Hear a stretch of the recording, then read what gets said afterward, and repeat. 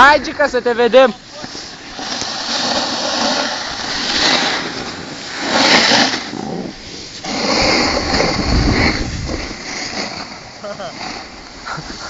Ce faci, mă, cu schiurile în cârcă, mă?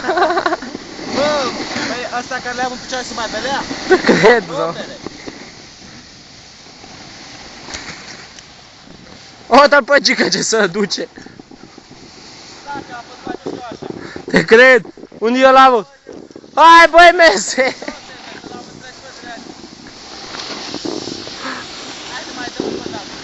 Să mor tu!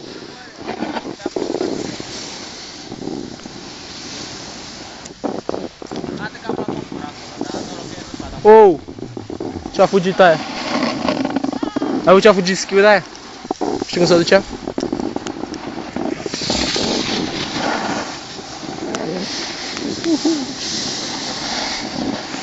Hai, bă, mese!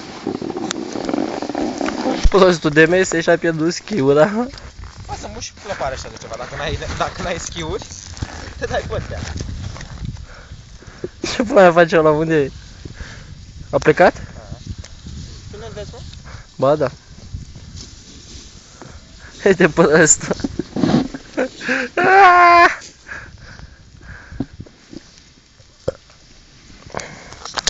Prostule, ai căzut!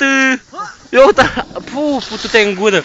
Și de el drept să fii. Vreo 10 vetre au anecat, mă pun să plin și eu, mă, nu m-am ajutat să-mi pun clăpară, știu.